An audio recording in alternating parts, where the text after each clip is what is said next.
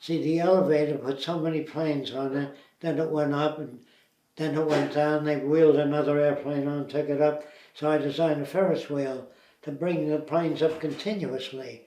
Then after that, I designed an arm that was pivoted in the middle of the aircraft carrier, and it spiraled down.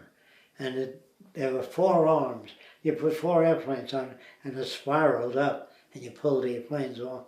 Then I designed catapults on the side of the aircraft carrier, so planes can take off without traveling on the aircraft carrier. And I showed it to my principal before he died.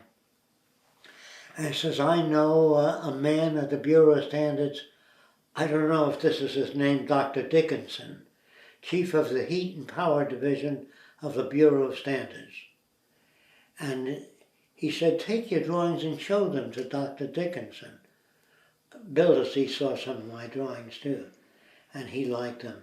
And I showed them to Dr. Dickinson. He said, well, you're only 14 or 15 years old. There's nothing we can do with you. You're not a graduate of any school or anything. You know, but I'd like you to meet a guy I think you might be interested in. His name is Bucky Fuller. So he drove me to Washington, D.C. I don't know where he was located. I don't remember. Chief of Heat and Power Division at the Bureau of Standards at that time. I think it was in Washington. But he drove me to meet Bucky Fuller. And Bucky Fuller was younger, and he had a conventional office with conventional furnishings.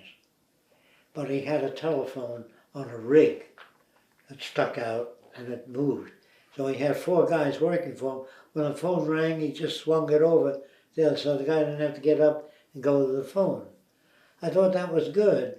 Then he showed me some of his inventions, where he had an airplane drop a bomb and it made a crater, and then the crater was used for the basement of the building. So I said, yeah, all you have to do is put a stick of dynamite in there. You didn't need a plane to drop a bomb to do that.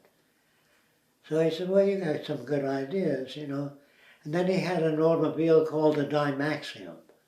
I said, what does that word mean? It means the highest form that can be attained. Well, at that time, it was pretty good. But before that, I noticed German Zeppelins in World War I had a streamlined pod with a propeller on it. That's where I got the idea for the automobile design. The power units on a Zeppelin were streamlined pods with a propeller on it. I didn't have a propeller on it. And I said to him, how about social ideas? He said, look, I have trouble trying to get this car made. He says, you're trying to change the whole world? He says, it'll never work, you know. So I couldn't talk about social ideas at that time. I showed Bucky Fuller a lot of drawings. And he said, you should go to the Bureau of Naval Operations and show them your aircraft carrier for putting airplanes up. So I went to the Bureau of Naval Aviation, and they looked at it and they said, can you leave these drawings with me? So I left them with them. And that was the end of it. Never